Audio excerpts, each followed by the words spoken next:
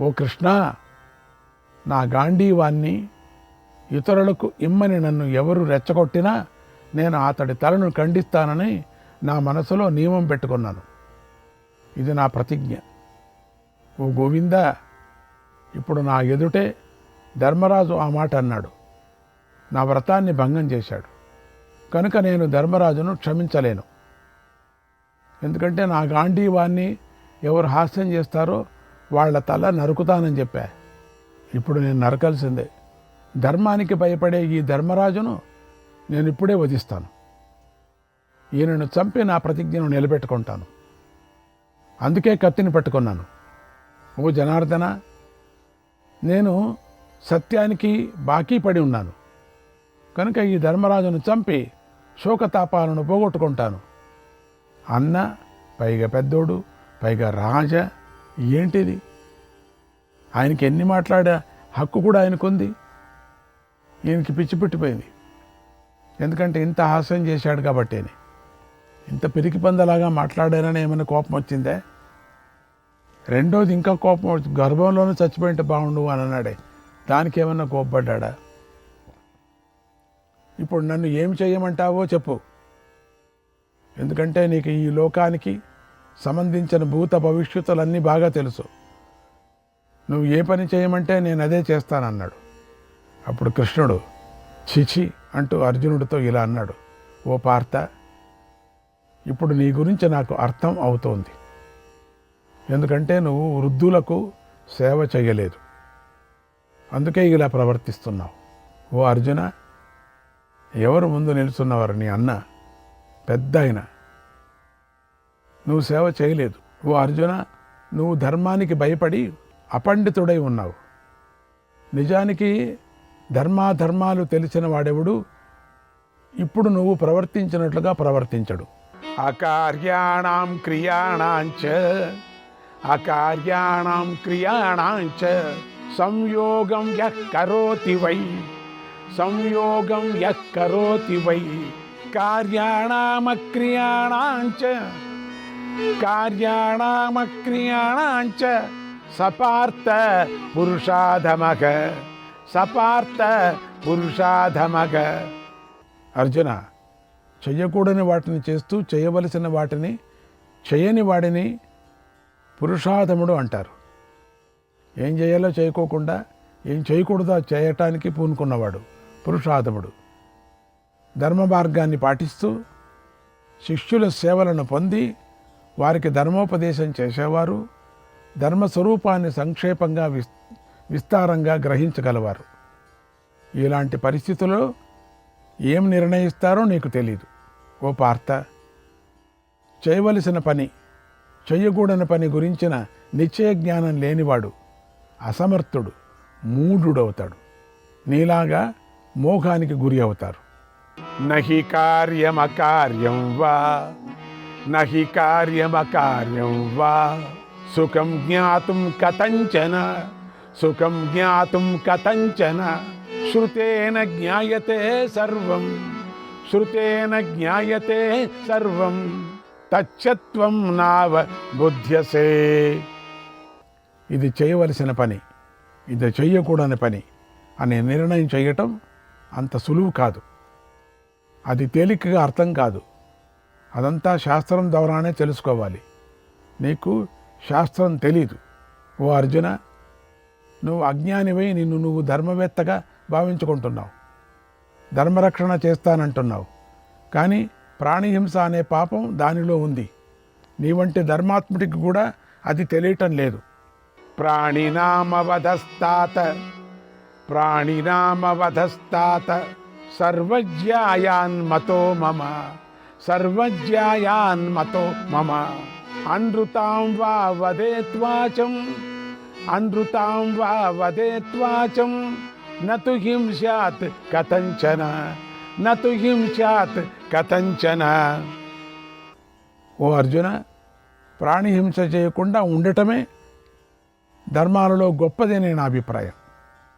ప్రాణరక్షణకై అసత్యం చెప్పినా చెప్పవచ్చు, కానీ ప్రాణిహింస మాత్రం ఏ విధంగానూ మంచిది కాదు. ఓ నరోత్తమ, నువ్వు మామూలు మనిషిలాగా ఆలోచిస్తున్నావు. ధర్మవేత్త అయిన నీ పెద్దన్నను దేనికి చంపాలనుకుంటున్నావు? ఆయన పెద్దన్న ధర్మరక్షకుడు. చంపటానికి ఎందుకు సిద్ధపడుతున్నావు? ఎదురు నిలిచి పోరాడని వాడిని, శత్రువు కాని వాడిని, యుద్ధ విముఖుడై పారిపోయే వాడిని, శరణు కోరిన వారిని, ఆశ్రయించి చేతులు జోడించిన వాడిని, మత్తెక్కిన వాడిని సంహరించటాన్ని సజ్జనులు అంగీకరించరు. ఈ లక్షణాలన్నీ మీ అన్నలో ఉన్నాయి. ఇప్పుడు మరి ఎందుకు చంపుతావు? ఆయన యుద్ధం నుంచి పరిగెత్తుకొని వచ్చాడు ఇక్కడికి. అన్ని లక్షణాలు ఉన్నాయి. ఓ పార్త, అసలు మత్తెక్కింది ఆయనకి. అసలు ఏం చేయాలో తెలియటం లేదు, ఏం మాట్లాడుతున్నాడో తెలియదు. అటువంటి వాళ్ళని చంపుతానంటావే నువ్వు? ఓ పార్త, గతంలో ఏదో ప్రతిజ్ఞ చేశావు. దాని కారణంగా మూర్ఖత్వంతో అధర్మ కార్యాన్ని ఎందుకు చేయాలని చూస్తున్నావు? ధర్మ సూక్ష్మాన్ని గ్రహించకుండా నీ అన్నను చంపేస్తాను అని ముందుకు దూకుతున్నావే. ఏమిటి పిచ్చి పని? ఏమిటి తెలివి? ఓ పాండుకుమార, ధర్మ రహస్యాన్ని చెబుతున్నాను విను. సత్యస్య వచనం సాధు న సత్యాత్ విద్యతే పరం, న సత్యాత్ విద్యతే పరం, తత్వేనైవ సుదుర్జ్ఞేయం, తత్వేనైవ సుదుర్జ్ఞేయం, పశ్య సత్యమనుష్ఠితం, పశ్య సత్యమనుష్ఠితం. సత్యం పలకటం మంచిదే, సత్యాన్ని మించినది ఏదీ లేదు. కానీ సజ్జనులు ఆచరించే సత్యాన్ని ఉన్నది ఉన్నట్లుగా గ్రహించటం మాత్రం తేలికైన పని కాదది. సత్యాన్ని ఆచరించటం ఎంతో కష్టం. సత్యమైనా అప్పుడప్పుడు చెప్పరానిదై ఉంటుంది కదా, అప్పుడు అసత్యం చెప్పవలసి వస్తుంది. అలాగే అసత్యము సత్యము, సత్యము అసత్యము అయ్యే పరిస్థితులు కూడా ఒకప్పుడు ఏర్పడుతుంది. వివాహకాలే రతి సంప్రయోగే, వివాహకాలే రతి సంప్రయోగే, ప్రాణాత్యయే సర్వధనాపహారే, విప్రస్య చార్తే హెనృతం వదేత్, విప్రస్య చార్తే హెనృతం వదేత్, పంచానృతాన్య పురపాతకాని. వివాహ వేళల్లోనూ, స్త్రీ విషయంలోనూ, ప్రాణాలు కోల్పోయే సమయంలోనూ, ధనాన్ని కోల్పోయే సమయంలోనూ, స్త్రీని రక్షించే విషయంలో అబద్ధాలనే చెప్పి ఒక స్త్రీని రక్షించాల, స్త్రీ ప్రాణం తీయకూడదు. ఆ సమయంలోనూ విప్ర రక్షణ కోసం అసత్యాన్ని చెప్పవచ్చు. ఈ 5 సందర్భాల్లోనూ అసత్యం చెప్పటం వల్ల పాపం సంక్రమించదు.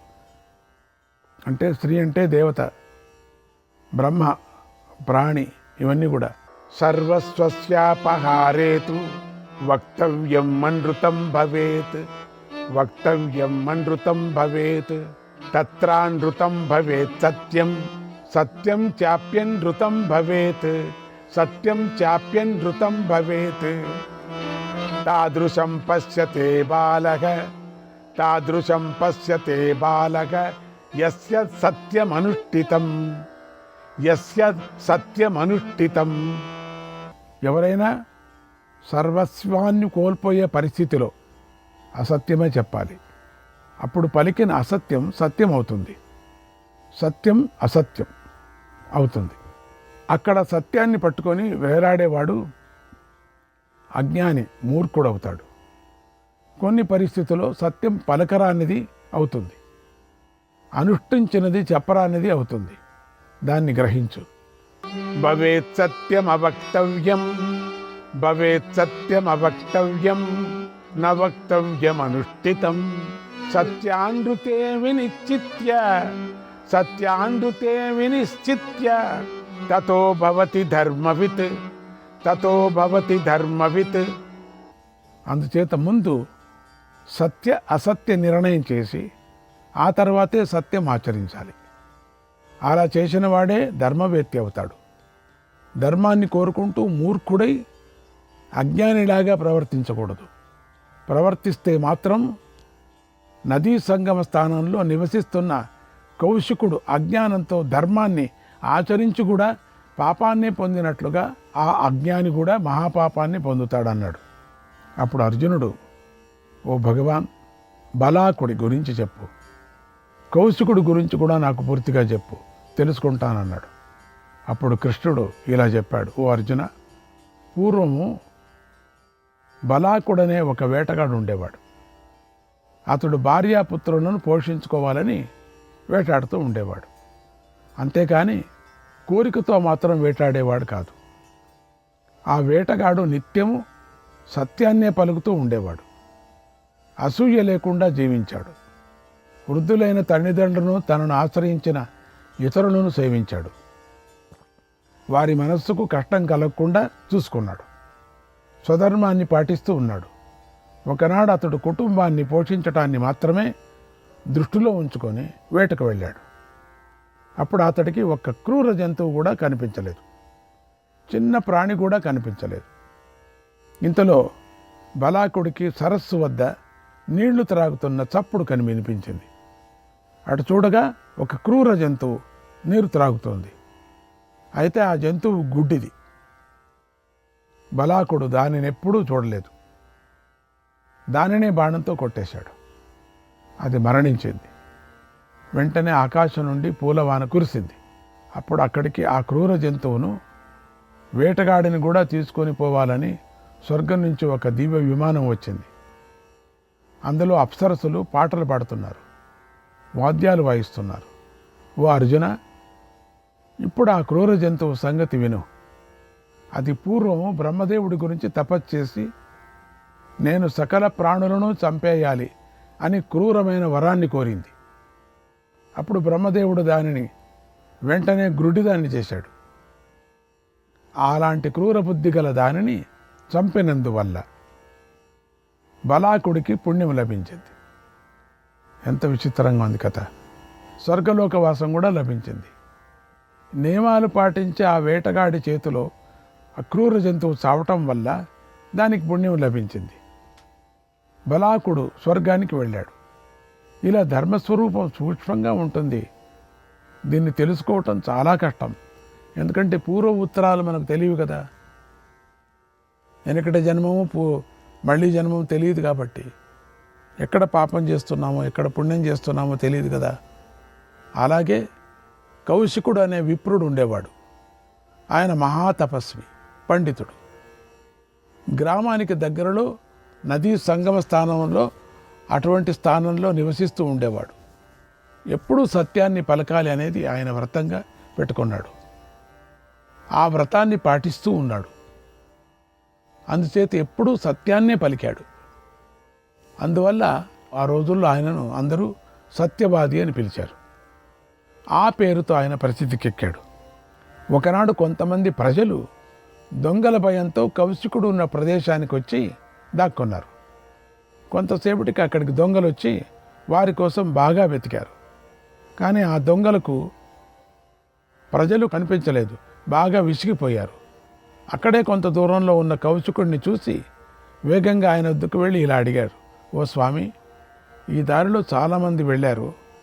వారిని మీరు చూసే ఉంటారు కనుక వారు ఎటు వెళ్ళారో చెప్పండి, మాకు సత్యం చెప్పండి అని అడిగాడు. ఇక్కడ ఉన్న సందర్భం చూడు. సత్యం చెబితే ప్రాణాలు పోతాయి, అసత్యం చెబితే ప్రాణాలు రక్షించబడతాయి. ఇలాంటి సందర్భంలో అసత్యం సత్యం అవుతుంది. దీన్ని కౌశికుడు పాటించలేదు. దీన్ని పండితుడైన మూర్ఖుడిలాగా ప్రవర్తించాడు. కౌశికుడు దొంగలతో, అదిగో అడవి, అది అనేక వృక్షాలతో, తీగలతో, పొదలతో కూడి ఉంది. వారందరూ ఈ అడవిలోకి వెళ్ళారు. ఆ పొదలలో ఎక్కడో దాక్కొని ఉంటారు అంటూ దొంగలకు సత్యం చెప్పాడు. తాను సత్యవ్రతం పాటించాను అనుకున్నాడు. ఇదంతా దొంగలు అడవిలోకి వెళ్ళారు. అక్కడ పొదలలో ఉన్న వారిని బయటికి లాగి వారి వద్ద ఉన్నవి దోచుకొని వారిని చంపేశారు. ఇది కౌశికుడి కథ. కౌశికుడు చదువుకున్నవాడే, కానీ అతడి ధర్మ సూక్ష్మాలు తెలియవు. పైగా అడవిలో వెళ్ళారని చెప్పటం కాక పొదల్లో దాక్కో ఉంటారని చెప్పాడు. ఏం సత్యం చెప్పకపోతే ఎట్లా? దొంగలని తెలుసు, వాళ్ళు దారిని వెళ్ళేటువంటి యాత్రికులని తెలుసు. సత్యం చెప్పాలి కదా అని చెప్పాడు. ఇదే ఎటువంటి సందర్భంలో చెప్పకూడదు. నేను చూడలేదని చెప్పాలి, అంతే, అసత్యమే. లేక దొంగదారి చూపించి ఈ దారి చూపించాలా వాళ్ళు బతుకొని అని. కౌశికుడు చదువుకున్నవాడే, కానీ అతడి ధర్మ సూక్ష్మాలు తెలియవు. ఏం ప్రయోజనం? ఆ కౌశికుడు ఆ సందర్భాన్ని గ్రహించక పాపం చేశాడు, పెద్ద అధర్మానికి పాల్పడ్డాడు. అందువల్ల అతడు నరకానికి వెళ్ళాడు. యథాచాల్పశ్రుతో మూఢక యథాచాల్పశ్రుతో మూఢక ధర్మాణామ విభాగవిత్ వృద్ధాన పృష్ట్వా సందేహం వృద్ధాన పృష్ట్వా సందేహం మఖచ్వ భ్రమివార్హతి మఖచ్వ భ్రమివార్హతి. కనుక అల్పజ్ఞుడైన వాడు, మూఢుడు, ధర్మాధర్మ విశ్లేషణ చేయకుండా పెద్దలతో సలహాలకు పొందకుండా ఉంటే నరకంతో సమానమైన పెద్ద కష్టాలను కొని తెచ్చుకుంటాడు. ఇది ధర్మము, ఇది అధర్మం అని నిర్ణయించటానికి పెద్దల మాటలను ప్రమాణంగా తీసుకోవాలి. కొందరు దుష్కరమైన పరమ జ్ఞానాన్ని తర్కం ద్వారా పొందుతారు. అంటే ఒక్కొక్కప్పుడు పొందలేని పరమ జ్ఞానము తర్కంతోనే నిర్ణయించటానికి వీలవుతుంది. కానీ ఒకే విధంగా ఆలోచించే అనేక మంది మాత్రం వేదాల ద్వారానే ధర్మాన్ని గ్రహించాలని చెబుతారు. దాన్ని నేను తప్పుపట్టను. ఈ విషయంలో నాకు దీని మీద అసూయ లేదు. అయితే అంతా కూడా శృతి వల్లనే నిర్ణయానికి రాదు. అంటే ప్రాణులకు జ్ఞానం పుట్టడం కోసమే ధర్మ ప్రవచనం ఏర్పడుతుంది. అహింసతో కూడిందే ధర్మం అని నిర్ణయం. క్రూర స్వభావం కలవారు అహింసను అలవర్చుకోవటానికై ధర్మం చెప్పబడింది. దారణా ధర్మమిత్యాహు దారణా ధర్మమిత్యాహు ధర్మో ధారయతే ప్రజాక ధర్మో ధారయతే ప్రజాక యత్ స్యాద్ ధారణ సంయుక్తం యత్ స్యాద్ ధారణ సంయుక్తం సధర్మ ఇతి నిశ్చయః సధర్మ ఇతి నిశ్చయః. దారణం బట్టి ధర్మము అని అంటారు. ప్రజలను ధరించగలిగినది ధర్మమే. ప్రజలకు పతనం కాకుండా పట్టి నిలుపుతుంది కూడా. కనుక ధారణతో కూడినదే ధర్మం అని నిర్ణయం. అన్యాయంగా ఇతరులు ధనాన్ని దోచుకోవాలని ఎవరైనా ధర్మాన్ని కోరినప్పుడు మాట్లాడకుండా ఉంటూనే ఆ వ్యక్తికి విముక్తి లభిస్తుంది. మాట్లాడుకోకుండా ఉంటేనే. కనుక అప్పుడు ఎలాంటి పరిస్థితుల్లో కూడా మాట్లాడకూడదు. వేద విరుద్ధంగా ధర్మాన్ని మోక్షాన్ని సాధించాలనుకుంటారు. అలాంటి వారితో మాట్లాడటం కన్నా మౌనంగా ఉండటమే మంచిది. కాబట్టి ఇతరులకు సుఖం లభించే అనేది అయినా సరే వేద విరుద్ధం కానిదే ధర్మం అని తెలుసుకోవాలి. అవశ్యం కూజితవ్యేవా అవశ్యం కూజితవ్యేవా శంకేరన్యప్యకూజతగా శ్రేయస్తత్రానృతం వక్తుం శ్రేయస్తత్రానృతం వక్తుం తత్ సత్యమవిచారితం తత్ సత్యమవిచారితం. సంకట పరిస్థితులు తప్పనిసరిగా మాట్లాడవలసి వస్తే అప్పుడు మౌనంగా ఉండటం వల్ల సందేహాలకు కారణమయ్యేటట్లయితే ఆ సందర్భంలో అసత్యాన్ని చెప్పడం వల్ల శ్రేయస్సు కలుగుతుంది. అది నిస్సందేహంగా సత్యం అవుతుంది. ధర్మ సందేహం ఏర్పడినప్పుడు వేద ప్రమాణం కానీ లౌకిక యుక్తి కానీ దొరకని పరిస్థితుల్లో హింసకు అవకాశం ఇవ్వకుండా మౌనాన్ని పాటించాలి. అది విఫలమయ్యే పరిస్థితి ఏర్పడితే అప్పుడు అసత్యం చెప్పవచ్చు. శ్రీకృష్ణాయ పరమాత్మనే నమః.